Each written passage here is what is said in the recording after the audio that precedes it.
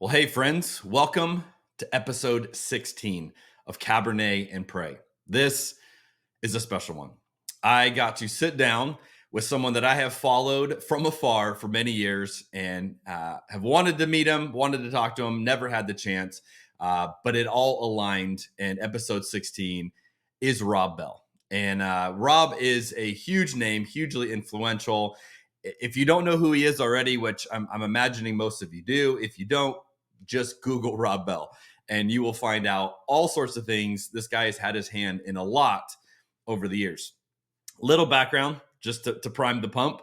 At age 28, Rob founded Mars Hill Bible Church in Michigan. And during that time, as he led that, it was one of the fastest growing churches in America. And that's where he kind of got on the map for a lot of people. In 2011, he was profiled in Time magazine as one of their top 100 most influential people. In 2014, Rob was featured on Oprah's Life You Want tour. I mean, you know you've made it when you're on Oprah. He's written numerous New York Times bestsellers, such as What is the Bible?, What We Talk About When We Talk About God, and Love Wins. His most recent book is a fictional story called Where'd You Park Your Spaceship? Rob hosts a popular podcast called The Robcast. And these days, he's making art and writing plays and continuing to share great ideas with the rest of us. I absolutely loved this conversation with Rob, loved the chance to not only talk about what I most liked about his recent book, but just his journey and some behind the scenes. And this was incredibly thought-provoking for me. It was encouraging to me, and I hope it will be for you as well. Enjoy episode 16.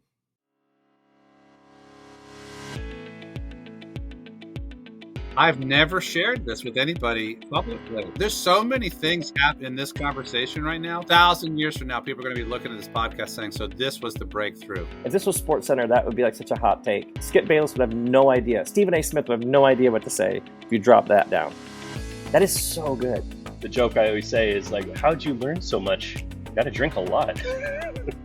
The power of food and beverage to lubricate an environment. Resistance to change is hurting the church. I'm not in the camp that God has a penis or a vagina or a body at all. I'm in the camp that God is a universal spirit. This is the strangest podcast that I've been on.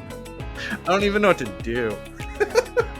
I'm kind of geeked up about this wine. You've uncovered the mystery.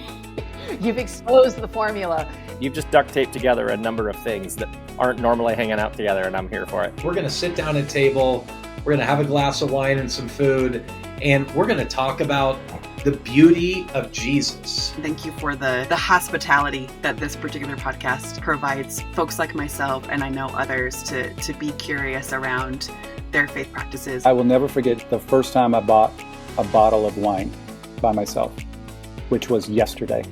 By the way, drinking this Pinot Grigio at 3 o'clock in the afternoon is making me even more direct in my communication than I normally would be. Dude, your shirt is... Piddle. I just don't even know what to say about that. That's so awesome. Your store is literally so fun. And then, of course, all my kids are like, Dad, what is piddle? And I'm like, I don't know how to explain to you what piddle is. No one does. Yeah, that's the beauty of it. Hey man, it's good to talk to you. Thanks for doing this. My pleasure.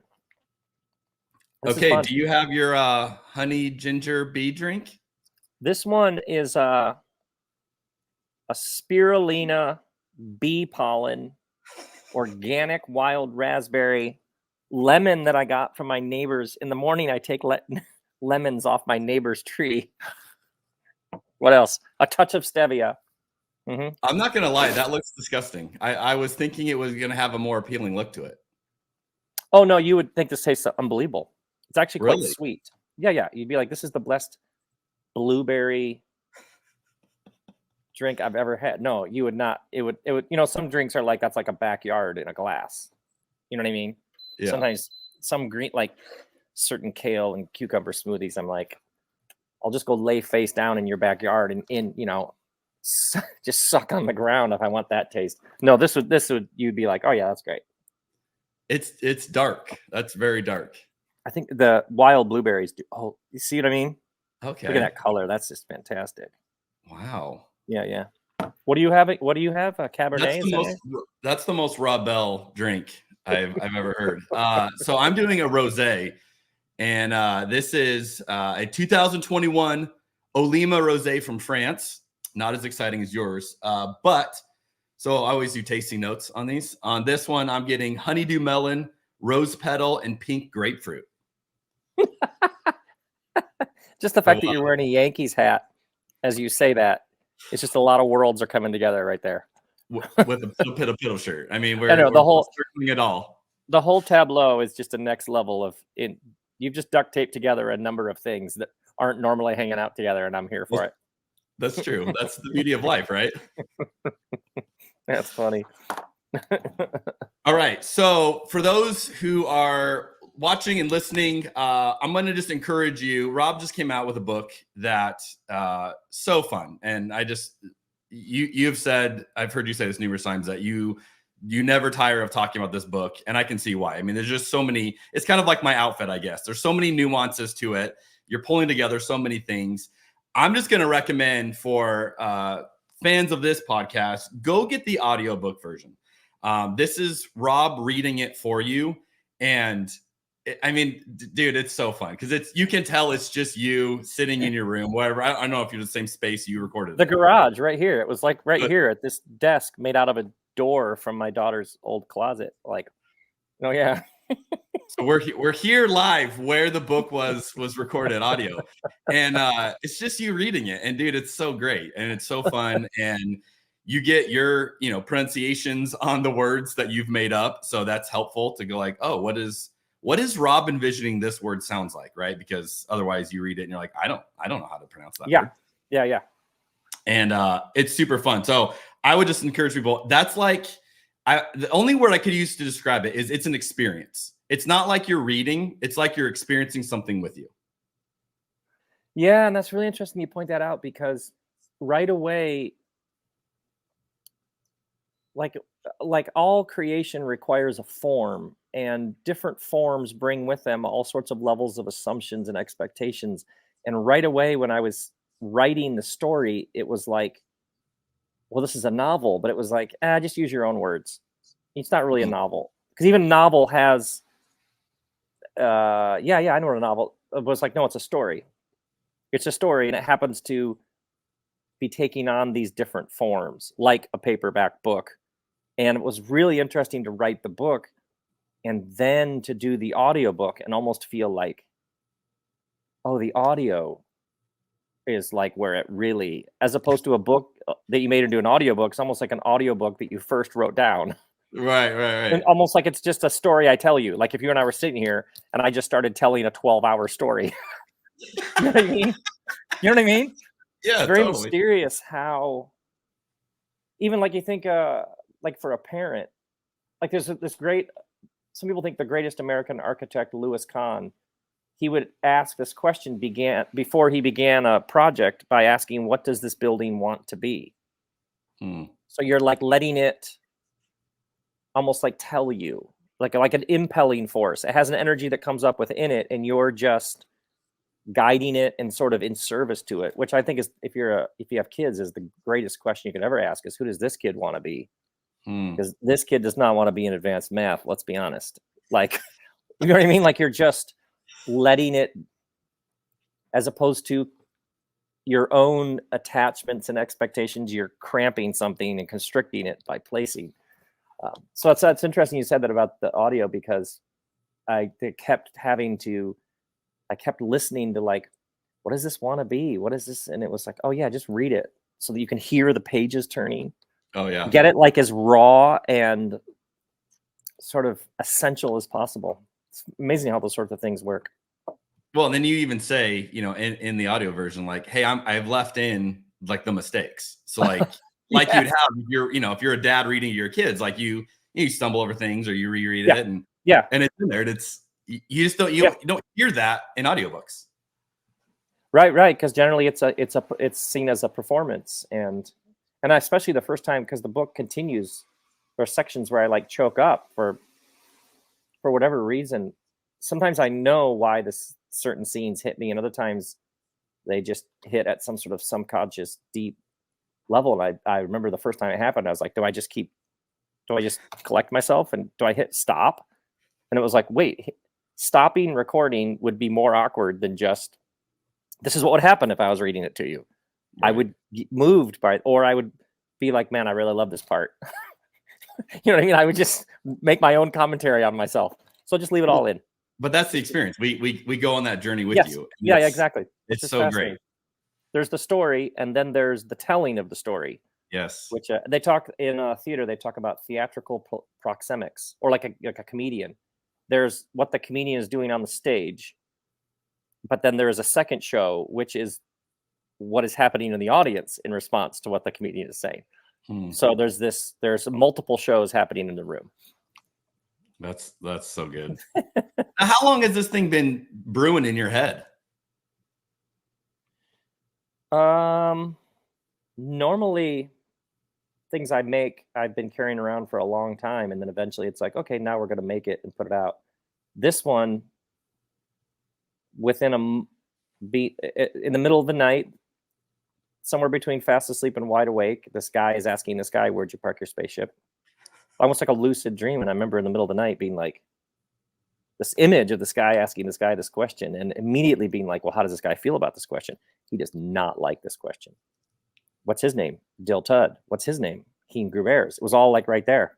So I remember, and there's like a notepad in the clothes closet, like the don't forget the bread sort of notepad, like things you don't want to, your kid needs, whatever. I remember writing down in the morning a bunch of, where'd you park your spaceship? This guy asked this guy, the one guy's name. And then over the, I don't know, a couple days or weeks, I just kept the story just kept coming. And I'd written some other books. So I'd had the experience of when you have enough that you're like, oh, this is a thing. We can start typing. So it wasn't that long before I sat down and started typing out of just the most pure, naked curiosity. What is this? And I right away was like, if I took this to publishers and be like, that's called Where'd You Park Your Spaceship? It's mostly about the planet Furtus. It's like, I've been in, like, there are these rooms in New York City where you go and there's all these people around a table and these executives. I've done that sort of dance before. And I was like, if I like drop that sucker in the middle of one of those tables and was like, this is the book, peoples, they'd be like, what? This isn't wait, give us a Rob Bell book. And I had this immediate, like, but this is so it was like, it was the most Rob Bell book. Instantly free. And what was so fascinating is instantly it was free from all of the mechanisms, which was fine. All the other books, there's a whole way you're working for 2 years and there's a subtitle on the back cover and there's marketing and promotion. Instantly, this story was like, I'm doing my own thing here. So weird. And I was like, wow, no one may read it. It may never be, this might just be for my own joy, healing, entertainment, who knows? And then you may never make $1 on this. You may actually lose money. It was like right away, it was like, we're here for other reasons. It was really, really fascinating. Especially the trap, of course, is if you go around the world talking about creating things and giving people permission to do what's rising up within them, then when it's like I had to Rob Bell myself. Yeah, it was like I would say humbling, but it was way more intense than just a humbling. It was like, and it had so much energy and joy to it. It was like it just kept saying like, dude, you know nothing. You go around and do workshops on this stuff. You're such a rookie. It was the best. That's so great. So I had this moment. I thought you might like this. I'm listening to the book. And for those of you, we'll try to keep it relatively spoiler free, but it's not that kind of a book, so it's hard to spoil. If somebody listening has read the book, could remember a spoiler you and I talked to, like imagine this spoiler. Remember when Bourne's son Lines goes over to Stellan Peak and has to be rescued, and then Heen Gru-bare bites off the tip of his tongue, and a woman named Peebles shuts his, like, is there somebody who's like, God, you just gave the whole thing away? I know exactly where it's going now. You see what I'm saying? Like, oh God, why would I even read? Fair point. Okay. Was Ziga May and Lan Zing there? Yeah. Might as well just tell me that Bobby Freelance showed up. You know what I mean? That's what I love about it. No one knows. So I'm listening to this, and Heen is kind of the character you follow along, and Heen's growing up and experiencing this, and gets this moment where he gets a spaceship, and then he's traveling, and then he kind of starts to experience people, and he realizes like, oh, you don't have a spaceship, like you don't get to do the things that I get to do. You're kind of locked in on this planet. And I literally had this thought that I thought, this is a funny thought. I was like, how lame for people who have only been on one planet their whole life. And then I was like, oh, that's all of us.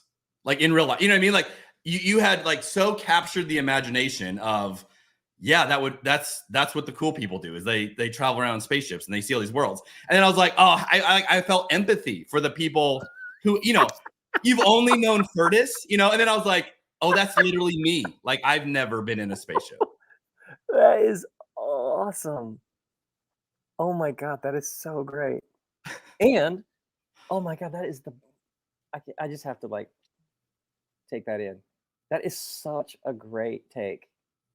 If this was Sports Center, that would be like such a hot take. Skip Bayless would have no idea. Stephen A. Smith would have no idea what to say if you drop that down. That is so good. And then you think about what you're saying, because page 1, the Earth didn't make it. So our worst fear, the fear of the collective right now, the thing that's hanging in the balance that everybody's like, is the planet going to be okay? The book begins with, yeah, that didn't work. Yeah, no. But weirdly enough, that creates the situation that you're talking about. Like, can you imagine just being on one planet? Like something so catastrophic and horrific and devastating. Our 2024 worst fear happens in order to set up a situation where someone like you is going, ugh, only one planet. The layers. Seriously, that's such. What's the opposite of meta? I mean, that is really good. That's really funny. One planet. Thank you. Anyone who reads this book is going to notice immediately, and if you haven't picked up already, the names are not subtle in this book. We have people like Heen Gru-bare's, Barbara Barbar, Ziga May, Nunye, and my personal favorite, Dill Tud, with the slogan "Piddle Piddle Piddle." For those of you on video, I'm wearing a Piddle Piddle Piddle shirt. You can get your own shirt if you fall in love with Dill Tud like I did. I got to know, what was your process? What's it like coming up with these characters? I mean, you mentioned you're kind of like laying in bed and Dill Tud came to you. Is that how it was, like a flash of inspiration, or are you literally like rolling these around? Like, what's the most fun name to say? What was kind of the journey behind picking these names? I love names, like love names. So, one time at a book signing, a guy and his wife said, "Will you please sign our book?" I was like, "Great. Who do you want me to sign it to?" And he said, "Bong and Jaja." Like I'm like, what is it? 10 years? I mean, what's that book came out in 2000? 10 years later, I'm still drafting off just that one. I love names. And I was at the Modern Art Museum in Edinburgh, Scotland, and we went in the stairwell to go up to the next floor. And the stairwell was white walls with black words on the wall, like the size of normal type, filling the stairwell, like multiple stories of just solid words. And I looked closely, and it looked like names, but in I like all kinds of names from like obviously all kinds of different countries. And then there's that plaque right beside the door where the artist explains the piece.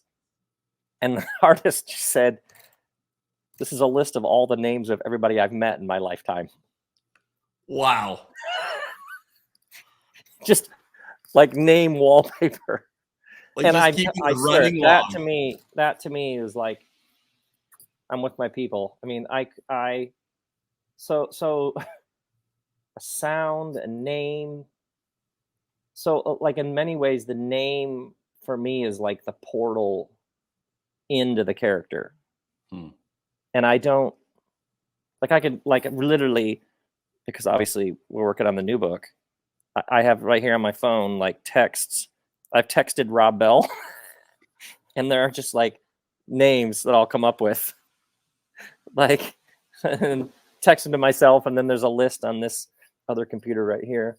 Yeah, so they somehow, the name is like the first. It's like the way into who the person is, and then a whole what they're wearing and where they're from, and odd gestures. They scratch a thin. They rub their elbow, like all that sort of stuff that makes a character. It all comes from there, and I don't. Some of it I understand, and some of it most of it I don't understand why it works the way it does. But it's like really, really, really enjoyable, like really enjoyable. So I'll meet somebody and they'll say their name, they'll introduce themselves, and I'll literally just repeat their name. Like, I'll you know what I mean? I'll just repeat their name, like, then I'll say it again, and then I'll ask them who. Like I've met people in the first 5 minutes. I'm just interviewing them about their name because I find it so compelling. Well, what do they say? Like one of our favorite things is to hear your own name said, right? Yeah, and I find it hearing their name. Yeah. You know, you meet a guy named Tom and he spells it Thom. What's that guy doing? What kind of maneuvers is that guy trying to pull off? What are you doing at that age? Or how about that? What's that name? Sairorse? Saoirse? Oh, yeah. Saoirse? Saoirse. Okay. Let's do it. Let's do this. You know what I mean?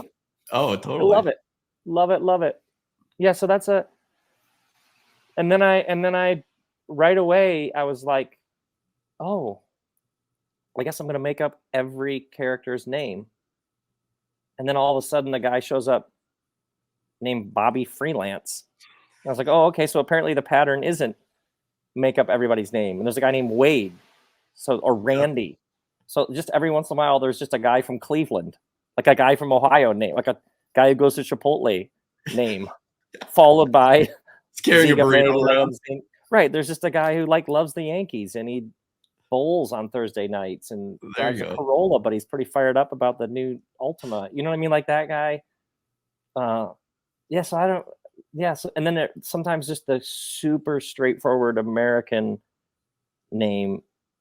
Then those names become wondrous and to me, like, yeah, the weirder the names go, then the more normal they are. Some guy shows up on the planet Lunley and his name is Greg. Now that's just as great. So what is Greg doing? That's so great. In the book, one of the things I love, you have this theme, and you get into it more as kind of the book progresses, but there's this organization known as the Chairs, which is such a great name. And they control a lot of behind the scenes stuff. I'm curious, where do you see the Chairs most vividly in our world today? Yeah, what was interesting to me is the way that Heen is taught. The Chairs are like an all-powerful, benevolent structure that's so good you don't even see them. It's almost like they're like the oxygen. They just make the whole thing run so well. And then gradually, obviously, you're like, wait a second.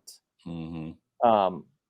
So what I really found interesting exploring was the ambiguity. Are they a totalitarian, ruthless regime that has all these tentacles like him out doing their surveillance? Or is it just like a very loose? Because we don't really ever get much on that. And obviously there's a book 2 and 3 and 4, but I also loved the idea that you, the reader, like your question, I love your question because you, the reader, can make up a North Korea level scheming, ruthless scheming, but there's also a great deal of it that you're actually filling in a bunch of spaces. Because Heen we know he has a mechanic. We know Vo is at the training center who sort of gives him the piece from Randy. We know that there's the guy with the mustache and the woman whose lap he wants to crawl in when he's first interviewed. But we don't ever have him telling you anything about people who are like, if you fill this form out, your health insurance will be on page 3. So that's one of the things I really liked is And even now, you realize, I actually would argue that the polarization of America is actually an illusion because it keeps pitting right against left. I actually think it's powerful elites versus everybody. Oh, everybody else. Yeah. I mean, if you look historically, that's the real thing. You know what I mean? Like you go, it's Democrat and Republican. No, that's how you would keep people's attention off the real issues. Is convince everybody that it's this side versus this side, and then make healthcare incredibly difficult, and make housing prices in lots of places insane, and just keep everybody. You know what I mean? So in some senses, your question about who are the chairs, in some ways, it feels like that's the question of the day right now. Like, well, you think about, was it 2008, 2.5 million Americans lost their homes because of banking mortgage systems, and no one went to jail or really was penalized in any way who was responsible for that. Like, wait a second. You know what I mean? Yeah. Like, wait a second. So, and people made millions of dollars being paid to do jobs in which they oversaw millions of people losing their homes, which is fascinating. Like, if you want to be a conspiracy person, you don't even have to have conspiracies. It's just like, what happened? Yeah. You don't even have to make up anything or like go searching. It's just sitting right there. And then we tell people it'll trickle down to them, and you're going to benefit indirectly. Right. And you have now, 40, Ronald Reagan's 1980. You now have the data that wealth is more and more and more in the hands of less and less people. Like, we have massive reams of data now that it trickle down doesn't actually work. Yeah. And what's fascinating is, when Heen first kind of gets exposed to the chairs, you as the reader are excited for him because, he gets a spaceship and he gets all these cool things and he's meeting cool people. And the first impression is like, wow, this is amazing. And it's only as the story progresses that you go, okay. There's something else going on here. And I noticed how many people, like in the interviews, have been like, at first I thought it was like a utopia, like you were writing a book about, here's my vision for the world. And then I started to realize, it turns out it's humans. Turns out, which I love when Serpong teaches about exchanges, like all cultures, we make exchanges. Yeah. I mean, right out of the gate, when you get into the Earth unit, at the beginning of the book, and it was fascinating to dive into, to go, yeah, this is probably where this is going. Yeah. I mean, yeah, that sounds about right. Yeah. And you think about your question about the chairs, like in a number of American cities, right? In Los Angeles, people experiencing homelessness is like it is like a crisis emergency. Like it's so massive. And then you think, there aren't homeless people in Singapore. Like, they just cleaned up the streets. So we could fix these. Portland, Seattle, San Francisco, Phoenix. You could clean up all the streets, and then you'd have another set of horrors. Let's just get some bulldozers and flatbed trucks and just scoop up all those tents and take those people somewhere. You know what I mean? Like, and then everybody be like, look, the streets are clean. We got our cities back. Yeah. Now we have a different set of horrors. Right.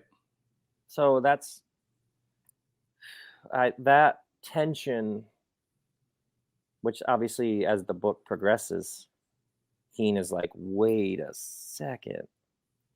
Obviously I was, apparently the author was maybe making peace with some things. There's so much though about the human condition in that, this idea of you want to believe it's good. You want to believe there's an easy answer. There's an easy solution. Right. Like, just make it feel good. And then you keep going, and it's not that easy. It's not that simple. It's not that clean, and you go, now I have to keep asking the questions, and I'm not going to like what I see. And then what? And then there's one, and the reaction, and You feel that in Heen's journey. Yeah. As Yeah. the chairs. Yeah. And then like when Dill Tud you find out that Dill Tud's actually got this defiant, like shaking his fist at the man. And he's like, it's an overcorrection.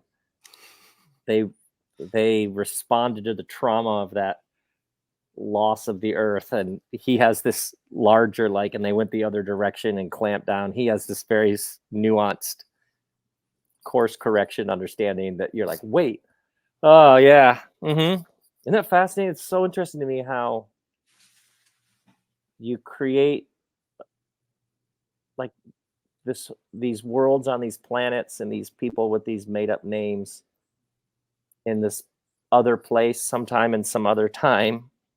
And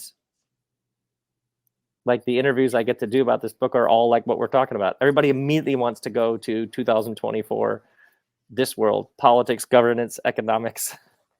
Well, that's why I think it's so powerful, because you go, it's a space book, and and so that almost implies like, let your imagination go to some far off land, where it's not real.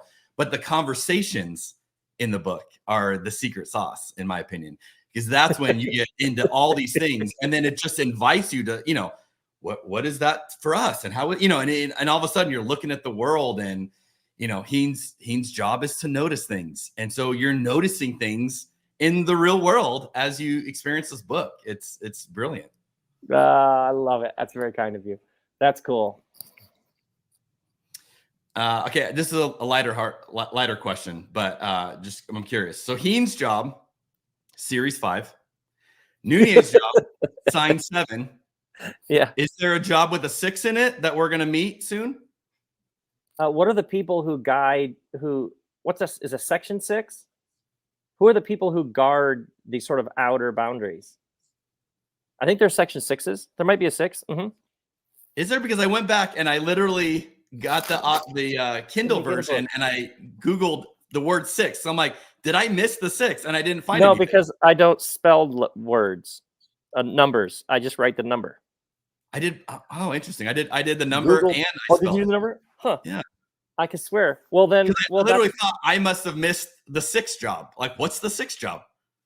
Well, then we'll have to make one up. This is why we make up things. It's your world, Rob. We're all living in it. Okay, so you have some homework to do. You get to lock down the 6th job.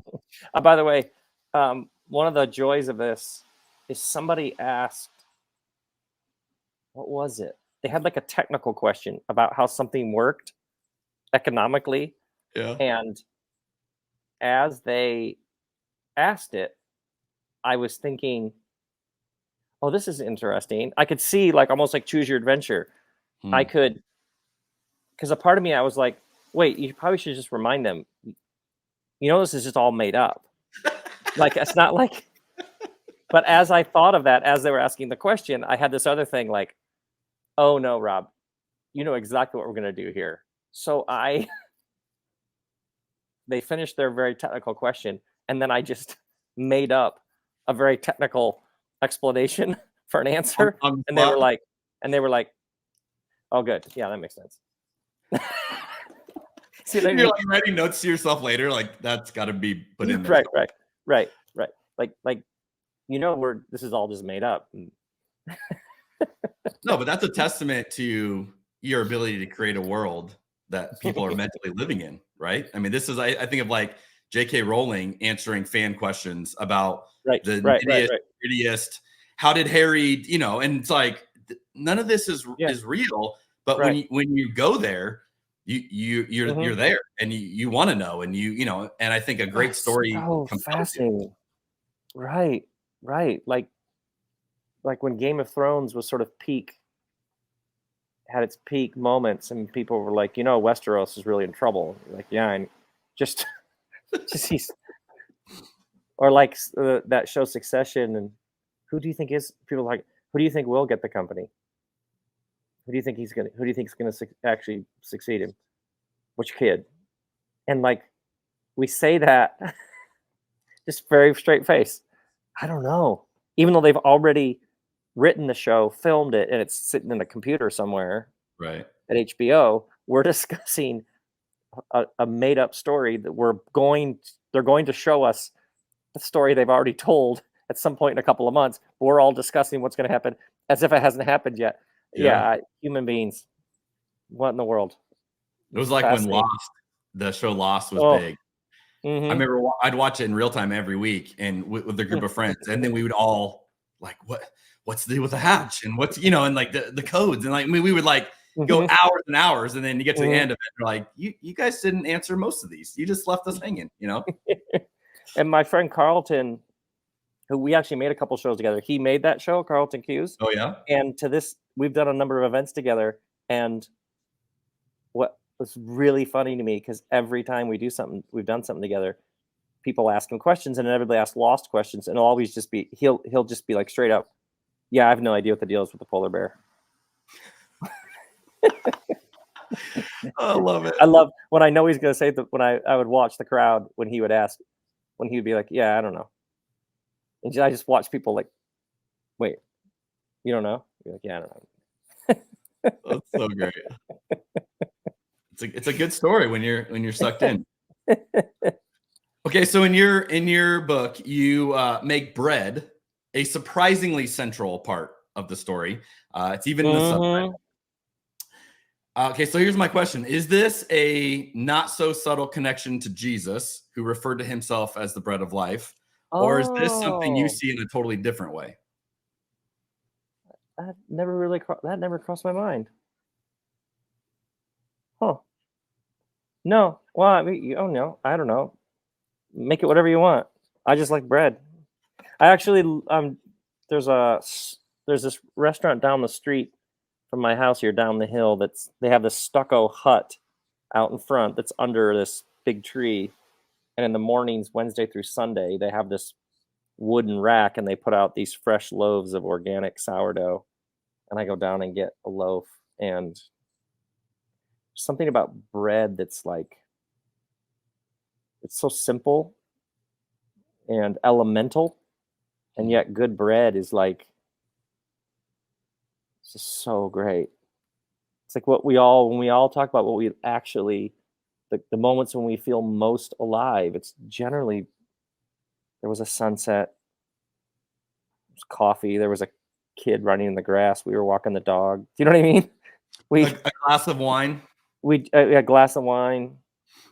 Well, it's so funny. Yeah, it's like we generally describe these moments that are so elemental. They're so elegant in their simplicity. I think I just loved, and then I loved the idea of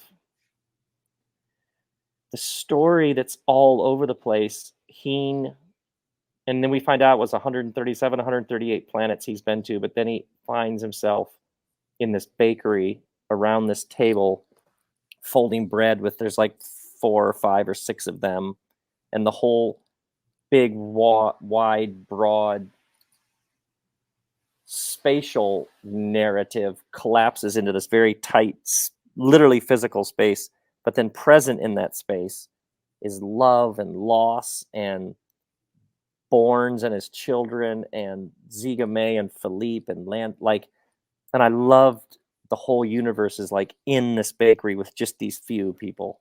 And that to me was like a very beautiful thing. You can see the infinite as endlessly outward. You can also see the infinite as you and I having this exchange right now in the sort of bottomless depth to the interactions that we have. There's an infinity there as well. Totally. It reminded me when I was a lead pastor, my wife and I we were in Portland, we would take couples out and go wine tasting like on a Saturday. And so we'd spend an afternoon with a couple, get to know them over a few glasses of wine. Incredible experience. I would see them the next day at church, and it was like a completely different person, completely different tone, completely different conversation. And I just noticed that happened so often. I was like, it's the Saturday thing that was real. Like that was real. That, and it's bread and wine, and it's communion in a very holistic. Yeah. I was like, that was where people were being authentic and real. And so I don't, again, I just, as I was experiencing your book, I had overtones of that. Like when Nunez gets to the whole bread speech.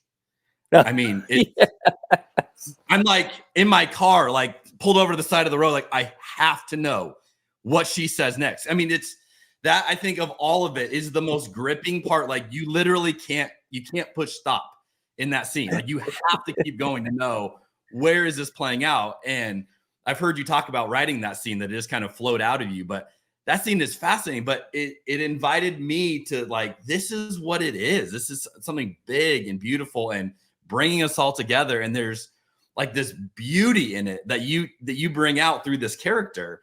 And it's just so good. Yeah. Wow. That's really interesting what you're saying about this bread is holy because all bread is holy, because all of life is holy. Like it all is its very own self.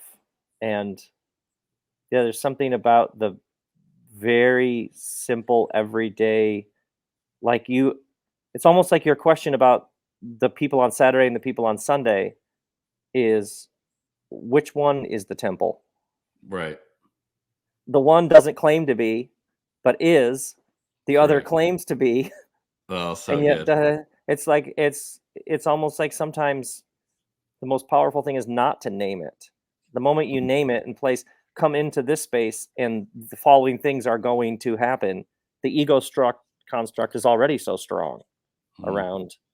It isn't free to be itself because it already has these things that it's supposed to do. Yet the day before on a Saturday, we're just present to each other, seeing what happens. Yeah, as soon as you say, this is what this is, right? The one, yes, the Sunday one says, welcome to the temple. Saturday one says, doesn't even say anything because it just understands the whole earth is a temple. Just welcome to being alive and present moment. Right. Isn't that fascinating? Bread. Sourdough bread. So good. Now, in the audiobook, you can hear yourself cracking up. I mean, there's like, it comes through very easy. And this happens a lot in your podcast where you're like, you have the ability to make yourself laugh. It's so great.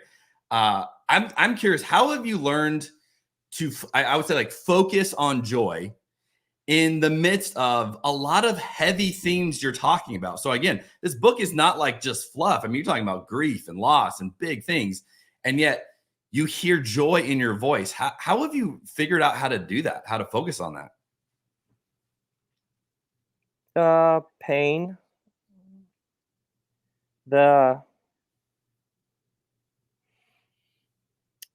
In some ways, I came from a world where you just keep moving, just keep producing, just keep working, just keep hoping.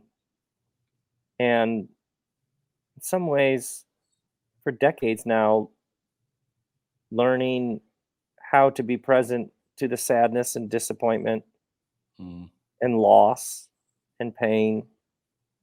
In some ways, that's been the sort of invitation for me, is to not just, hey, everything's gonna be fine, we're good, but no, it feels very lost. There's a malaise, a void, an abyss, and that always takes you into the absurdity of this experience.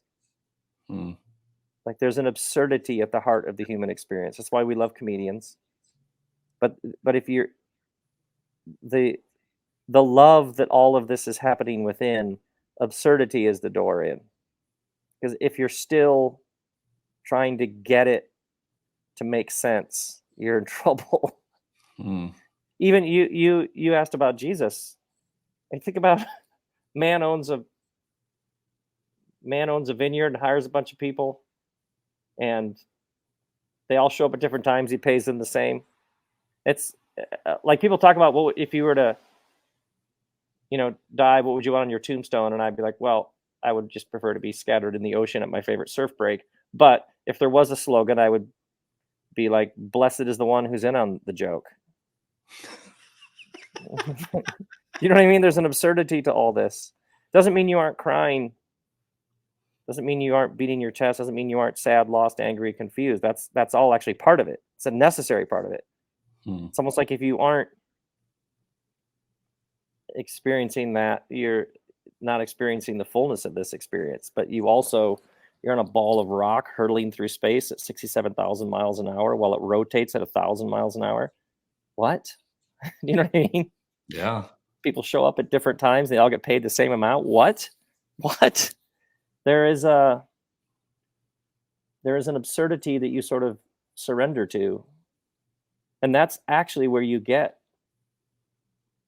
to the seriousness of this all, is through the absurdity. Like, look at this. Look what we're doing here. Look at anybody who's ever had a kid. You make people? Are you kidding me? They walk around outside your body. Your heart walks around outside your body. So I think in some ways I came, when you're younger, you tend to take it quite seriously. Am I any good? You want to make your mark. You want to have a purpose. It's great. Fine. You want to change the world. I used to say I want to change the world with a straight face. And then you just get wrecked enough that you realize there's a different curriculum. And perhaps that's where you actually, it's like, think about the people who have shaped you the most. They probably weren't like, Jeremy, you better, you should, you don't, you gotta, you're gonna, they were probably had a wink. Yeah, man. Yeah, Jeremy, it's good to be you. Yeah, you're playing that one out. That's cool. Yeah. You know what I mean? There's a lightness on the other side of the heaviness. You push through the heaviness. And I think that's how it works. I think that's how it's worked for me. So sometimes I'm in my garage recording a podcast laughing. I'm laughing at the absurdity of lots of it. And weirdly enough, that's how I get to my heart. And maybe other people's as well. The thing that I would say was probably the most moving part of the story for me was, and I'll kind of put this in my words, I feel like Heen gets to a point, he realizes he's good at something that he no longer wants. Right. And that struck such a chord with me because I spent 2 decades in church ministry, and I felt like I was good at it.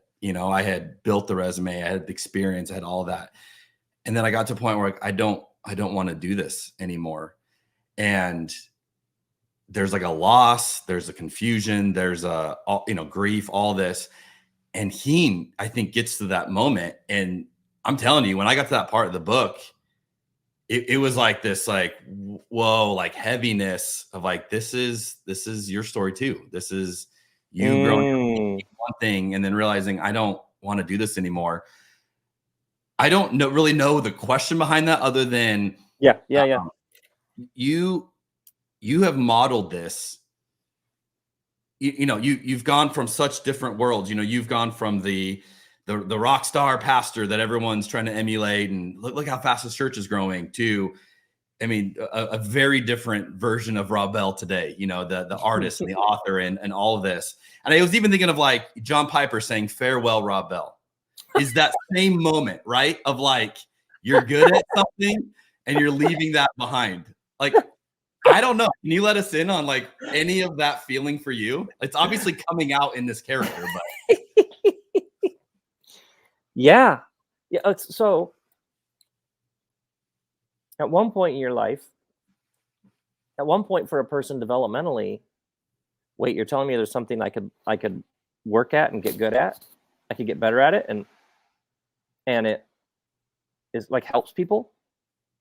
And wait, I would call it the triple. And I might get paid for it. What a win! That'd be incredible. And then at another moment, I'm good at it and it helps people, and I get paid for it. Might be the worst reason to do it because it cuts you off from what's happening now, your heart. And most people know divorces, but not graduations. Like, So imagine your friend who's like, hey, I'm done. I left working at such and such place. Notice our reflective scandal, right? Someone either got fired, scandal, some failure of some sort. Notice for how many people they hear about an ending and it's instantly, okay, what really happened? Right. As opposed to, why'd you leave? Because it was good. Mm. That was a great season. And I'll ask a crowd, how many of you, relationship, town, job, something, stayed too long? Like every hand at some point in your life, every hand goes up. How many of you, there was a moment when it was time to be done and you held on because of comfort, stability, etc.? I do these sessions here in Ojai once a month. People sit under these trees for 2 days with me. And if you could see person after person, they sit across from me and we do this work where we watch them find clarity. But how many people are, oh, I'm done. And there's this really interesting myth of expertise, which is, well, I've been doing this and I gained these certain skills. So obviously the next thing I do will have to take all of these skills and transfer them over into the next thing. Right. Which actually is rooted in such a deep conditioning around productivity. Like, but I have spent all these years doing this. I don't want that to go to waste. Wait. But you did it. Like you did that for 20 years. That's what those skills were for. Maybe they carry over, but like, yeah, you did that. Now you're doing this. So you see how deep the conditioning is around everything I've done has to show how it was worthwhile and productive very clearly, or it was a waste. Is that talk about, it's like the Industrial Revolution run wild in your mind. Like that's the inner capitalist. Everything has to produce a thing infinitely into the future, as opposed to, man, that was a good run. That was what a great chapter. Now let's try something else. Or even that thing about you find something and then that's what you do year after year after year, forever in a particular direction, which is lovely. There are people who do that. I think it's great. Wonderful. For other people, I did this for a while. I was following something. And then it led me here. So I left that and then I did this for a while. And then it took me over here. And the number of people I work with who like feel bad because they're like, and then I did this, then I went to culinary school, then I was a travel agent, and they're like, I've just been all over the place. And I will always just say, hold on, take a deep breath. You know what that sounds like? And they're always like, what? Pretty great life. Sounds really interesting. Where did it, but it never amounted to anything. Well, you just said it's been quite an adventure. What there's something like a building named after you? What do you mean didn't amount? Do you see what I mean? Like how much of this is actually just an ego construct that it's like a desperate desire to sort of freeze it in time, as opposed to a lot of times Kristen and I don't know what we're following. Just following something. And you're just organizing your life around it because that's where the life is at. And we'll know it when we see it. And I would just say, watching you, I mean, it feels like you're always 10 years ahead of the rest of us. You know, like the things you're thinking about, it's like 10 years from now. And, you know, even like when you wrote Love Wins, I wasn't there yet theologically on that. And I remember reading it and I'm like, you know, I wasn't bothered by it, but I'm like, yeah, I can't get there yet. And now I am. And I look back and I go, what was my issue? You know, but it was like, I wasn't there yet, you know? And I think I'm like, oh, Rob's just ahead. Like you get there. But I'm curious, is there an emotional weight of that? I mean, we laughed about the Piper line, but like, did that hurt? Like being the kind of on the early cusp of always being on the edge of that, or is that part of the grief of your journey? For sure, like in my late 20s and 30s, what has been 15, 20 years ago. Love Wins was 2011. Part of that was like, wait a second, I'm not playing this game. That's what happened to me with that book.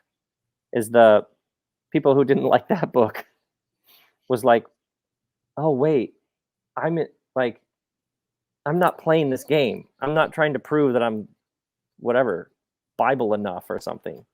So part of that, there's a part of it was I wasn't playing that game. So somebody going, this isn't orthodox enough. Well, yeah, that wasn't a squad goal of mine. So there was some of that. Some of that was just basic. Yeah, like lots and lots of people saying really bonkers things has like, yeah, that's like a weird sort of stab in the heart. Like, what? It's almost like, wait, you don't have a problem with me. You have a problem with your tradition. Like, this is nothing new. Yeah, and part of it was, I do remember distinctly, was like, okay, now I'm done. Really? That I'm was done. it? Mm-hmm. Yeah, I'm gonna go do something else.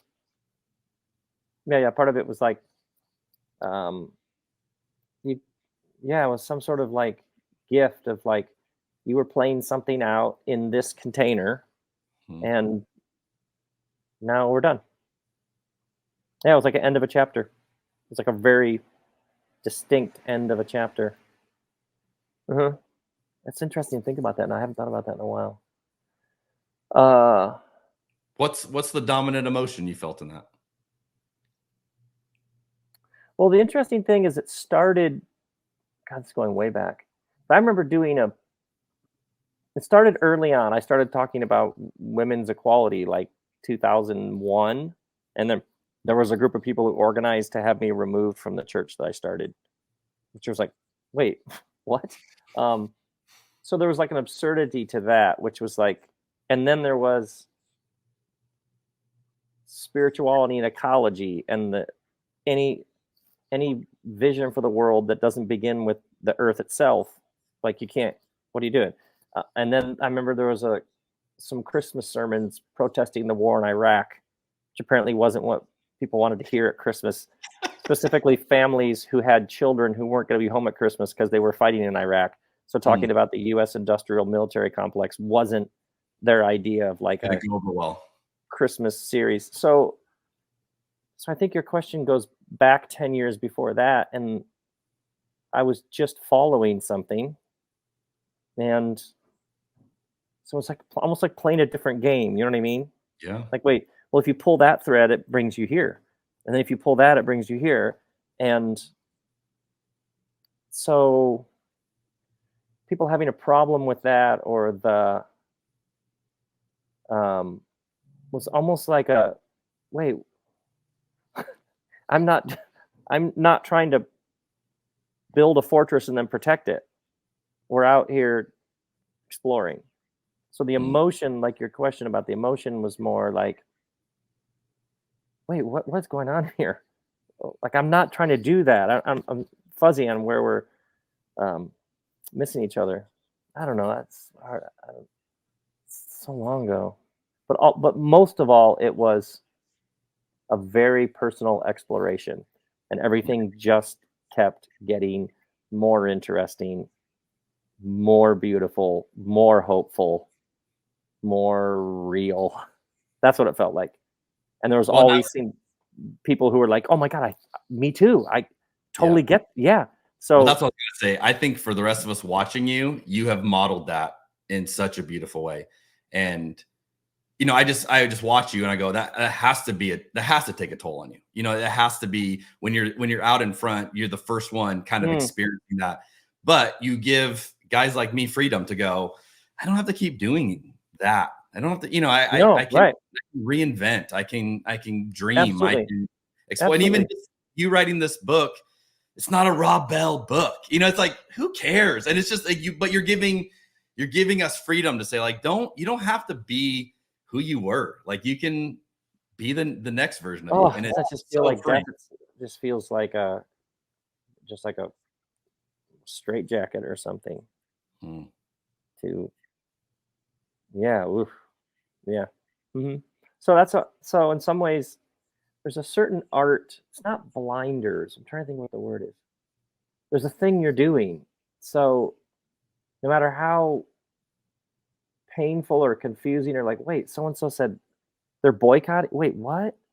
I remember people would say things like, did you hear that such and such, whatever organization is boycotting you? And I'd be like, is that something I'm part of that I don't know? Like, I wasn't ever aware that I was they're questioning you or whatever. And I would just always be like, wait, was I ever that? I'm not sure. What even is? I just, so I think part of it is, it's always about new creation. So you and your wife are with this couple at a vineyard on a Saturday, having this profound connecting experience with other humans, this other couple. It's like something within you goes, that's what I'm here for. So as opposed to, I don't want to be a part of that thing. No, this is this table.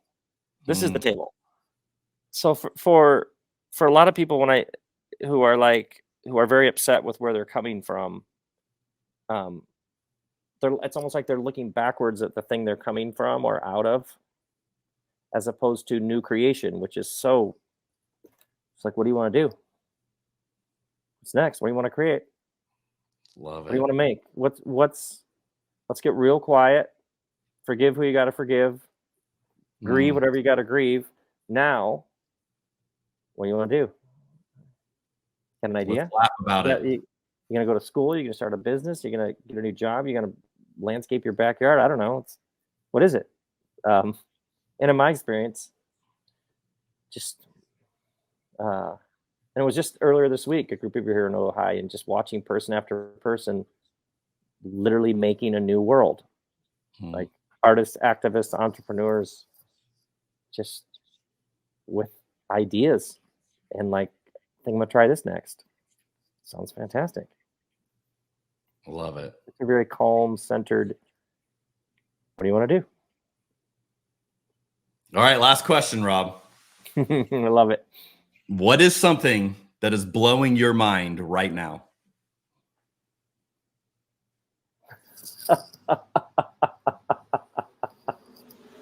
My daughter just discovered literature. She's in an honors English class, freshman in high school, and discovered like reading a text, like reading great literature, and then the layers and subtleties of depth and nuance and interpretation. And they just did To Kill a Mockingbird. And I was just saying to her, have we been talking about this every night? She's got 2 papers a week, and watching her like get into the story, and then the teacher is a master at getting these prompts that force her to like really reflect on what's happening in the story. And then just a couple nights ago, she was showing me, I don't even know what year it was, 1940-ish, the Gregory Peck black and white film of To Kill a Mockingbird. And my daughter, who has the world on her phone, Violet's like, check this out. Look at this scene. Okay, look at the scene. Look at it. It's even she's like absolutely enraptured with the very simple black and white shooting of it. And she loves the crafting of sentences. And like, so I now like each evening I'm like, oh, and any moment now she's gonna be like, hey, can we do some stuff? Can we work a little bit? Can I bounce some ideas off you? Just blowing my mind. That's so cool. Yesterday she's like, guess what we're starting now? I was like, what? She's like, Romeo and Juliet. The teacher assigned characters to different people, and then we read it out loud in class. Wow. And she's like, who wants to be Romeo? And she's like, this guy who she's always telling me about stories. He's like, I'll be Romeo. And she's like, he went for it. You know, love the dude. The first day of Romeo and Juliet, you're 14. The teacher says, who wants to read the Romeo part? And there's a guy who's like, I'm in. Obviously me. The best. Just the best. That's so great. She just, yesterday or 2 days ago, which is why I had to change this time. She's like, I got us Dune Part 2 tickets. Oh, nice. She and I are about to go have a Dune experience. So excited. Well, Rob, seriously, thank you for taking the time to talk. I loved it. Thank you for having me on. Seriously, just, having watched you literally for decades from afar and read your work, I mean, wildly influential in my own life and my own thinking. You're a phenomenal communicator. You live what you talk about, and it's been so fun to explore that in your latest book. It's been fun to explore it with you in person, and I'm stoked for more people to be exposed to this book and to these ideas and to go on their own journey of new creations. So thank you, friend, for all of this. Oh man, I'm so glad we met. This is great.